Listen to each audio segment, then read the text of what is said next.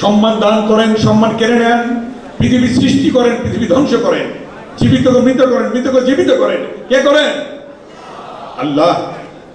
সে আল্লাহ করেছে। আজকে ভাবছিল প্রতি 5 বছর পর পর নির্বাচন হবে, দিনের ভোট রাতে হবে, উনি দেশ চালাবে, ফ্যাসিস্ট খুনি শেখ হাসিনা।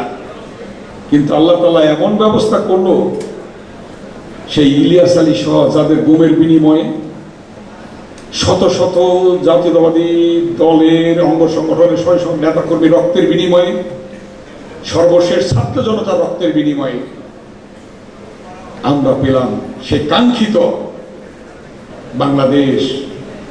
যে কথাটি বলেছিলেন আরো 4 বছর 5 বছর আগে তারেক রহমান, দেশ যাবে কোন পথে,